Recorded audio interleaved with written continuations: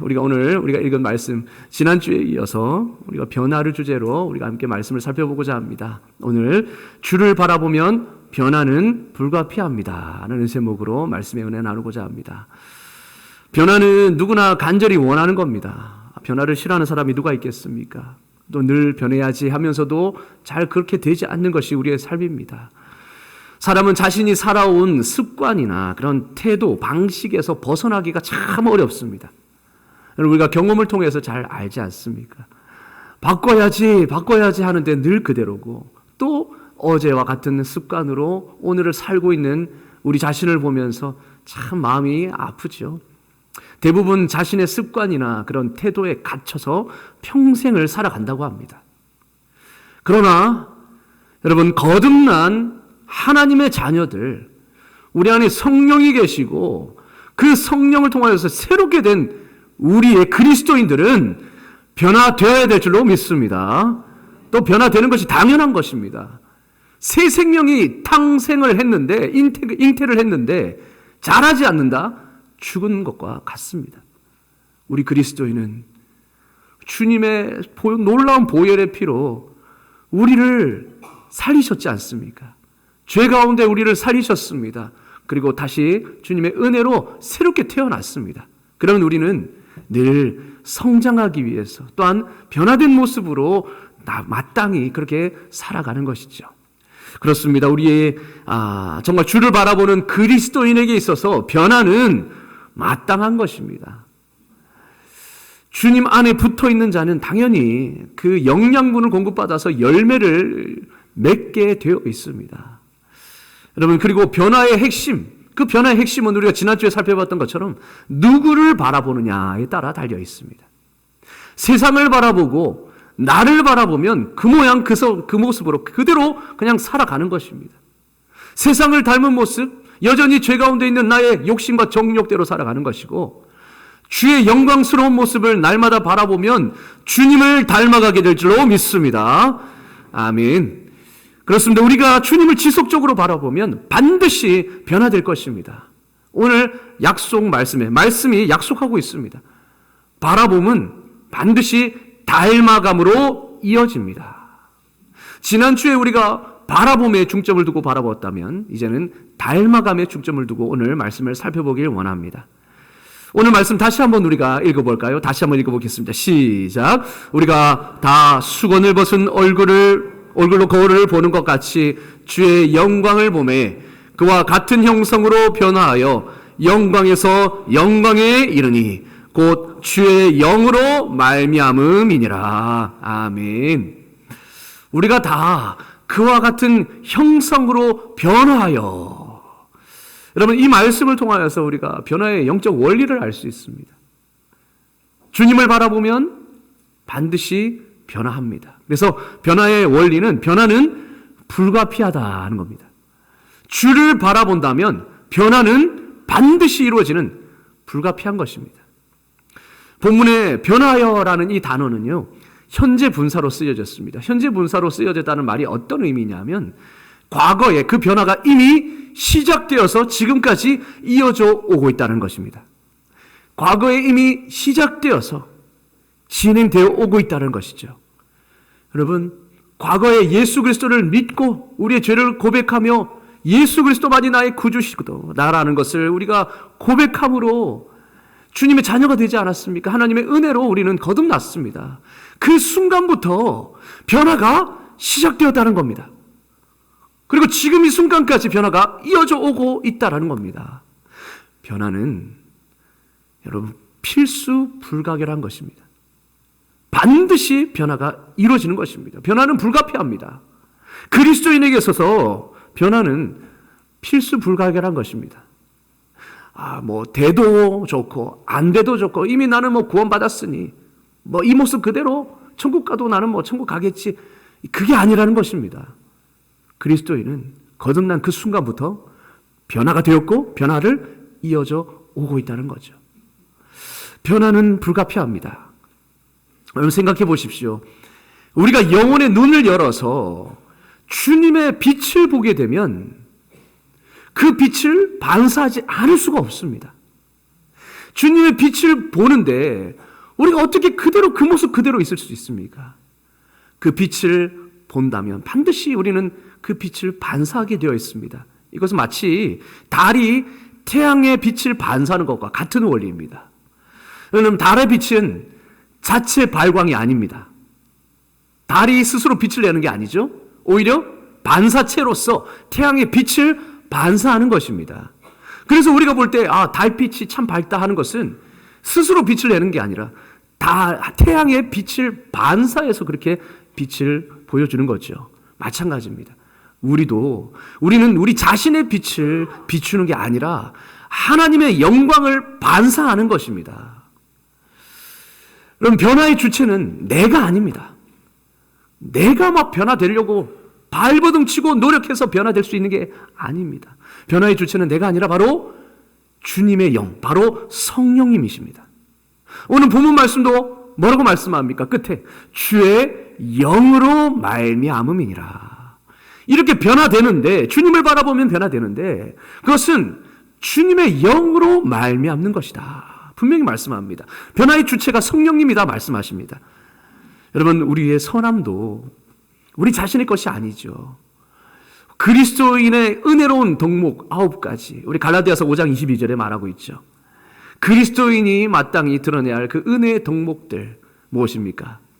바로 사랑과 화평과 그리고 오래 참음, 또 자비와 양성과 충성과 온유와 절제, 이러한 9가지 이 덕목들, 여러분, 이것이 우리의 열매입니까? 성경은 뭐라고 말하죠? 성령의 열매다 말씀합니다. 그러니까 이 사실은 무엇을 말해줍니까? 내 힘으로 이러한 열매들을 맺는 게 아니라는 겁니다. 내 힘으로 오래 참으려고 해도 오래 참을 수 없습니다. 우리의 성정이 그래요. 타락한 본성이 그렇습니다. 아무리 착하게 살려고 노력해도 여러분 또 지나면 내 본성이 드러나지 않습니까? 여러분, 내 힘으로 열매 맺는 게 아니라는 거예요. 성령을 통하여서 주님을 지속적으로 바라보고, 또한 그 안에 잠잠히 주님을 묵상하고, 또한 그 성령께서 성령께 내 삶을 맡겨서 순종할 때에 성령께서 이러한 성품의 열매를 맺게 해주신다는 겁니다. 한마디로 더 정확하게 말하면 하나님의 성품이 우리의 인격에 쫙 비춰져서 우리의 인격이 그 성품을 반사한다는 거죠. 그렇게 열매가 나타나는 것이고 변화가 이루어지는 것입니다. 그래서 우리는 무엇보다 주님을 더욱 바라봐야 하는 것입니다. 주님을 바라볼 때에 우리는 그 빛을 반사하게 되니까요. 악명 높을 만큼 타락한 사람이, 그리고 저 사람은 정말 변화될 수 없어, 변화되지 않을 거야 라고 한 사람이 예수 믿고 나서 깨끗하게 완전 변화되는 모습을 우리가 보죠. 그러면 우리는 뭐라고 합니까? 하나님 감사합니다. 주여 감사합니다. 내 남편이 변화되지 않을 것 같은 남편이, 내 아내가 변화되었을 때, 내 자녀가 변화되었을 때 우리는 누구에게 감사합니까? 하나님께 감사합니다. 왜 그렇습니까? 말할 것도 없이 누가 변화시켜 주셨습니까? 하나님이에요. 변화된 사람은 그 사람인데, 아이고 내 아들아 고맙다, 변화되어줘서 고맙다, 아이고 내 남편 내 아내 고맙습니다, 그렇게 하는 게 아니고 하나님께 감사하죠. 왜요? 예수 믿어서 하나님이 변화시켜 주신 거니까 우리는 그렇게 하나님께 감사하는 겁니다. 그렇습니다. 여러분, 하나님께서 선한 마음을 불러일으켜 주셨고 하나님이 열매를 맺게 하신 겁니다. 하나님이 그 놀라운 사랑의 빛을, 은혜의 빛을 비춰주셨기 때문에 그 은혜의 빛 앞에서 내 타락한 모성이 눈 녹듯 녹은 것이고, 그렇게 이제는 하나님의 인성과 하나님의 속성을 반사하는 것 아니겠습니까? 여러분, 3살짜리 딸아이가 생일을 맞은 아빠에게 생일 선물을 준다고 한번 생각해 보십시다. 3살짜리 딸아이가 생일에 대해서 무엇을 알겠고 또 무슨 돈이 있어서 생일 선물을 하겠습니까? 자, 그런데 아빠가 생일 날짜를 다 알려줍니다. 내 아들아, 내 딸아, 이날이 아빠 생일이거든. 꼭 기억해. 그리고 아빠가 네가 준 선물을 내가 받고 싶어. 꼭 선물해줘야 돼. 알았지? 하면서 정작 선물은 누가 준비해 줍니까? 엄마가 준비합니다. 그러면 딸은 어떻게 합니까? 아들은 어떻게 하죠? 그 3살짜리. 그저 부모님이 다 준비해 놓은 그것을 전달만 하는 거죠. 그러면은요, 그 아빠가 누구에게 가장 고마워할까요? 선물을 준비해 준 아내에게? 아니죠. 그 딸에게 고마움을 표시합니다. 아이고 딸아, 아빠를 생각해서 이렇게 나에게 선물을 줬구나. 아이고 기억해줘서 고맙고 선물 줘서 고마워. 모든 칭찬과 모든 감사는 고마움은 누구한테 표현합니까? 딸아이한테. 아이한테 다 표현하죠. 누가 다 마련했습니까? 다 부모님이 다 마련한 겁니다. 그걸 알면서도 내 딸에게, 내 자녀에게 고마움을 표현하죠. 하나님도 이렇습니다. 우리의 변화에 대해서 하나님은 다 준비해 놓고 계시는 거예요. 하나님이 다 준비해 놓으시고 단지 우리는 참여만 하는 것입니다. 변화는 바로 그런 것입니다. 여러분, 변화의 모든 과정에, 모든 변화될 수 있는 능력과 변화될 수 있는 모든 과정을 하나님이 예배해 놓고 계십니다. 그러면 우리는 주님을 간절히 바라보는 것입니다.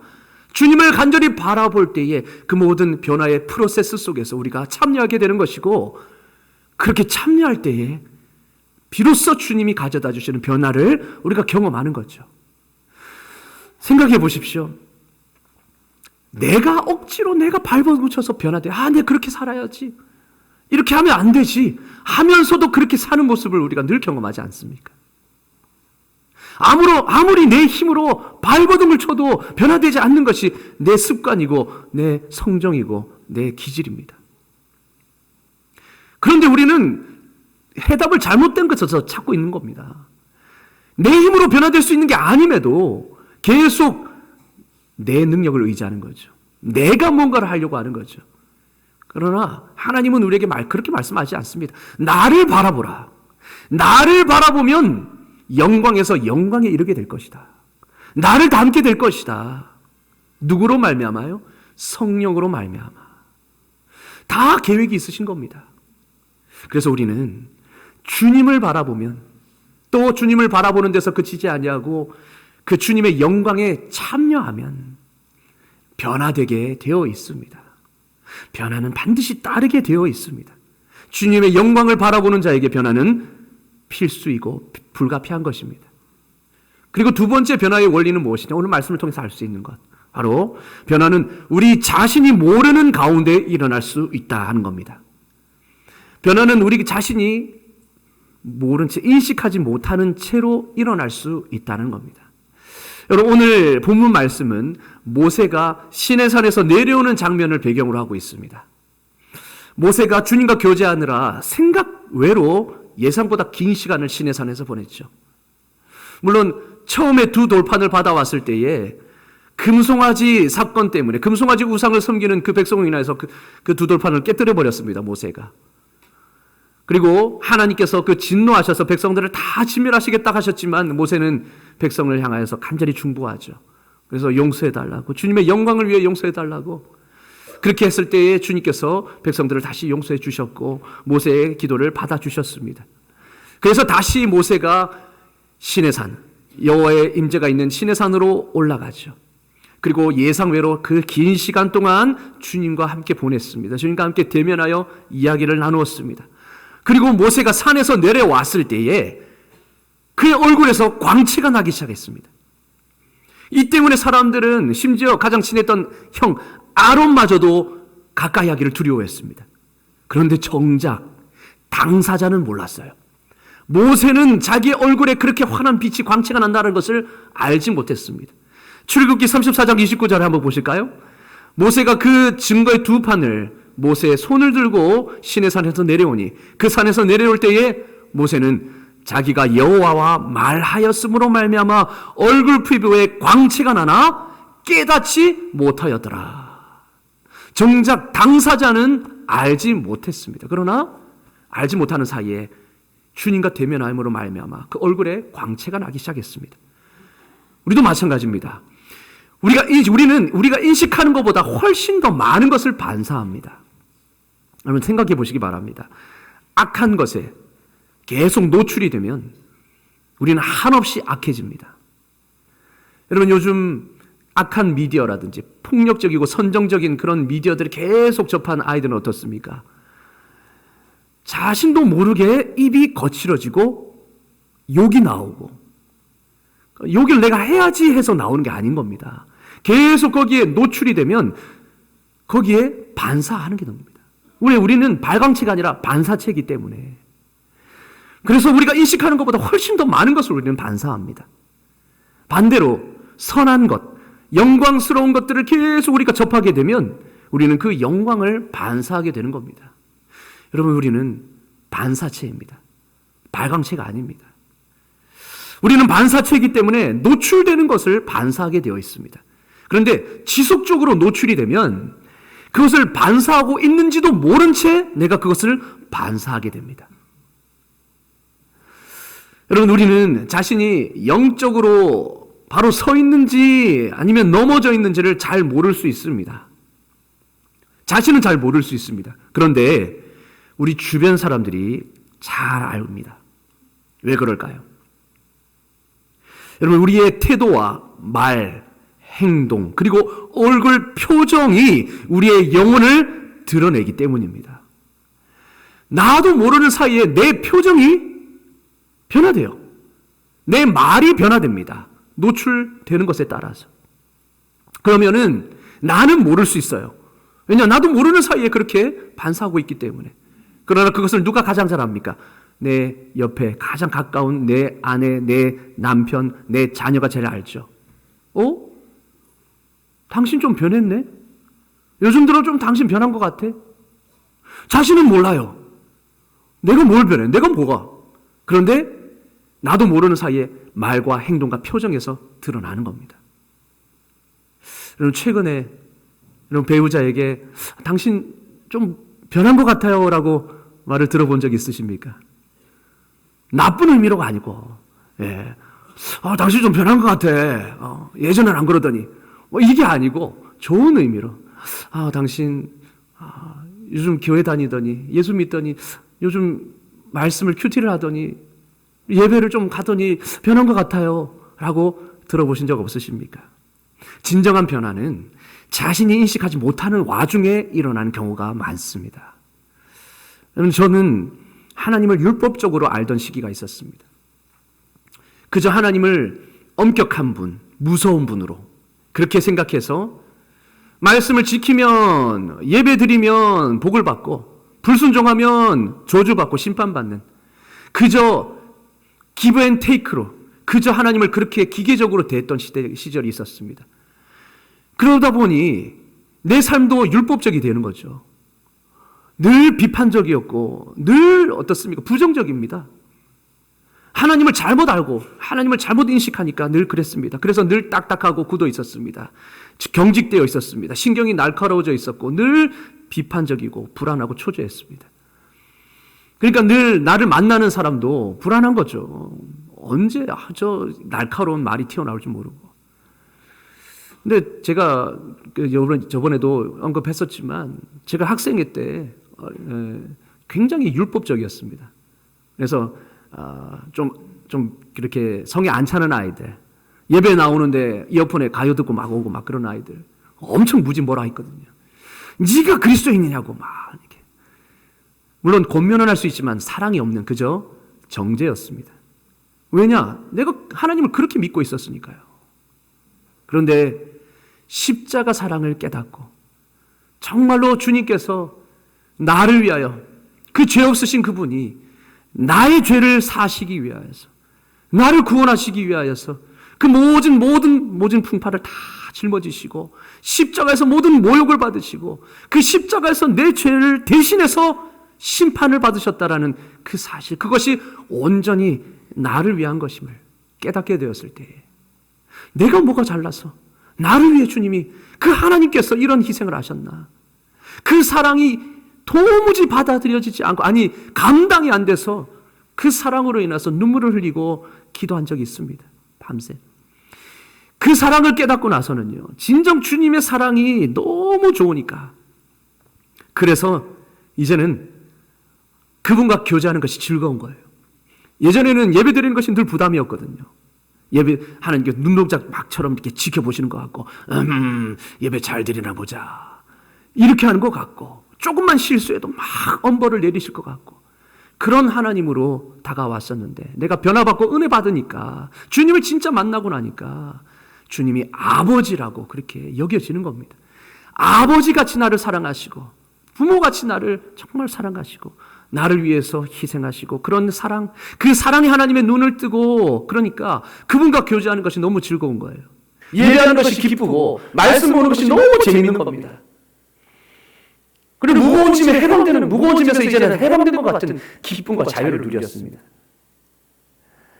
그러다가 오랜만에 지인을 만났습니다. 그래서 이야기를 나누는데 그 친구가 저한테 이런 말을 하는 거예요. 문득, 동우야, 이거 어딘지 모르게 좀 달라진 것 같다. 그런 말을 하는 거예요. 저는 전혀 예상하지 못했습니다. 저는 제가 달라졌다는 걸 전혀 인식하지 못하고 있었습니다. 그저 주님이 좋고 주님이 기뻐서 그저 예배드리고 말씀을 묵상하고 그렇게 주님 안에 머물렀습니다. 그런데 그 아이가 그렇게 말하는 거예요.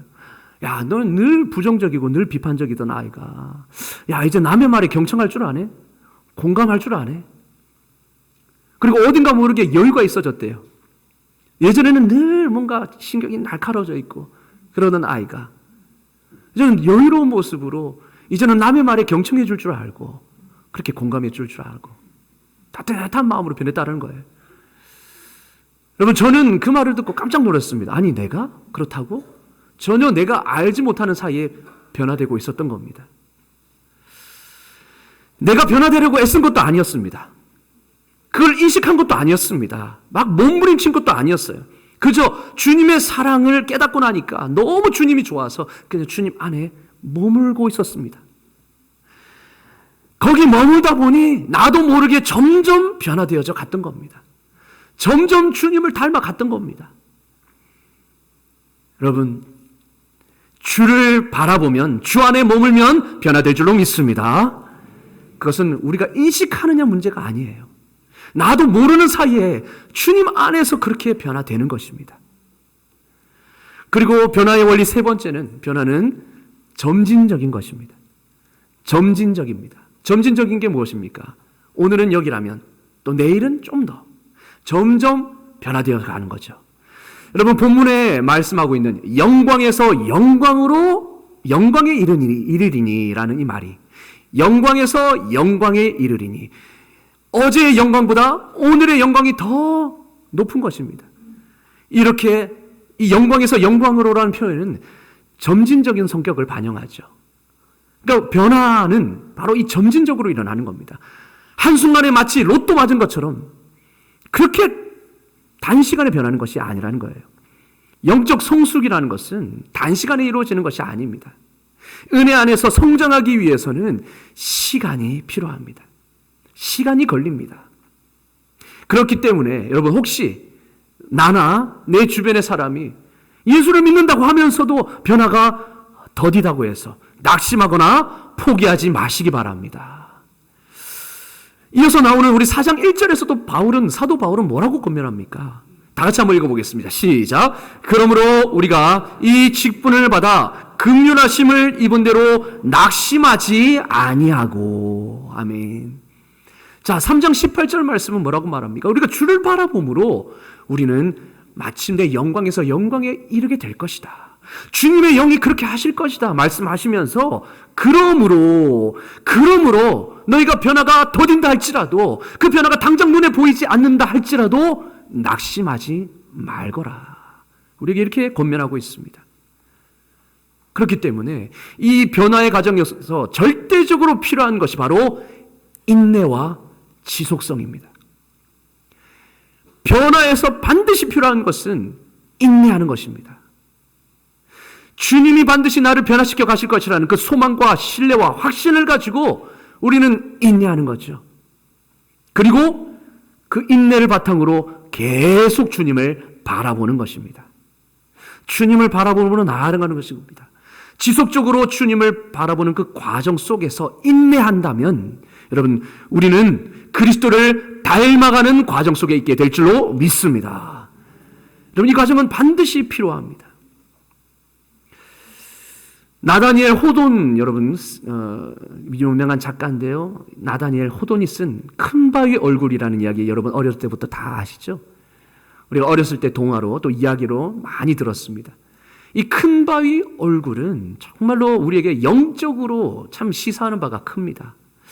여러분 이 이야기는 주인공 어니스트라는 그 한 사람의 인생이 바위에 새겨진 얼굴을 묵상하는 가운데 그 얼굴을 담게 된다라는 내용입니다.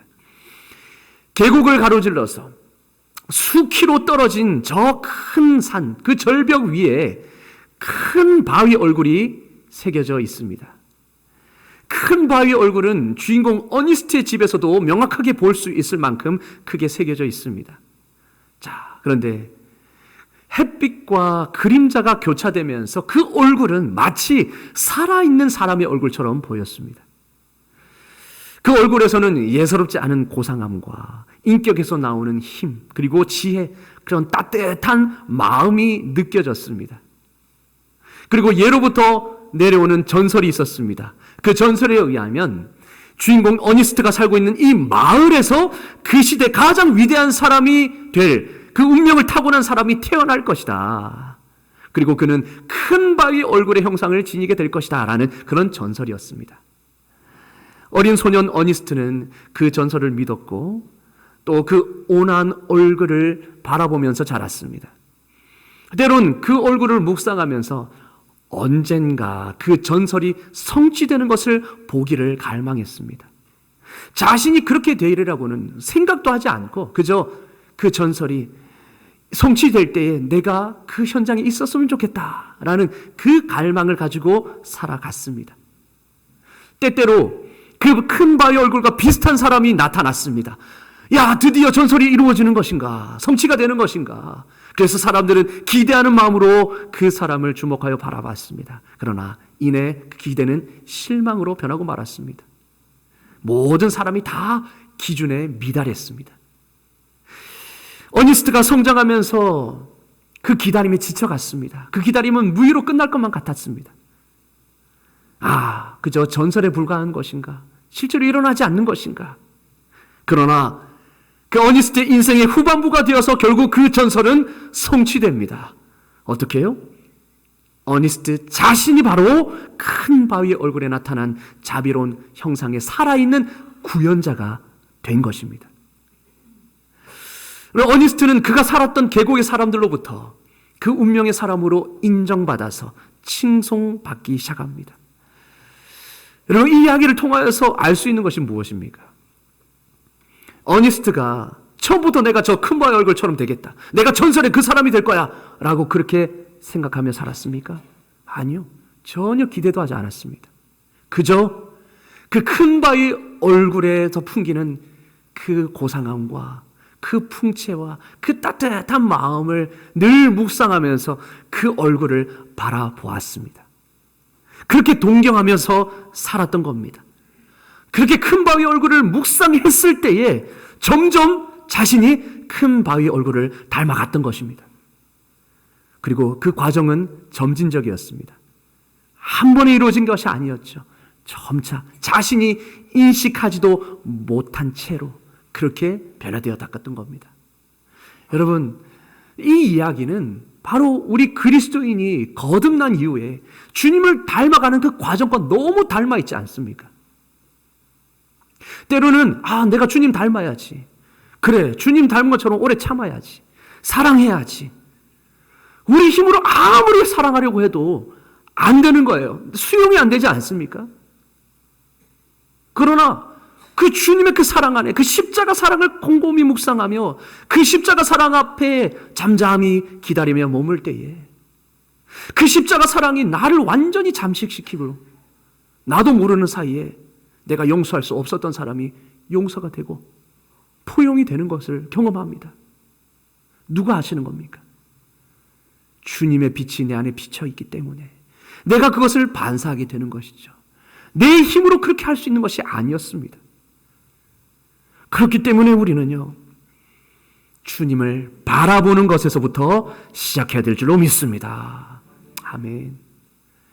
여러분, 그분을 바라보며 잠잠히 묵상하며 기다리는 것, 우리가 지난주에 살펴보았지만 주님은 우리가 주님을 볼 수 있게 하셨습니다. 성경을 통하여서, 또한 주의 영을 통하여서, 또한 잠잠히 그분 앞에서 기다림을 통해서, 또 열린 얼굴로 주님을 바라봄을 통해서 말이죠. 그럴 때에 우리는 그분의 거룩한 빛을 보게 될 것이고, 그 빛이 우리를 변화시켜 가시는 것입니다. 그 변화는 필연적입니다. 그리고 점진적입니다. 마침내 우리도 알지 못하는 사이에 우리의 삶이 주님의 영광의 빛을 반사시키는 삶으로 변화될 것입니다. 여러분, 그 기대와 소망을 가질 수 있기를 주님의 이름으로 축원합니다. 아멘. 마지막으로 변화의 원리는 무엇이냐? 변화는 주를 바라보는 모든 사람에게 일어날 수 있다 하는 것입니다. 할렐루야. 모든 사람에게. 여러분, 오늘 성경 본문은 뭐라고 시작합니까? 우리가 다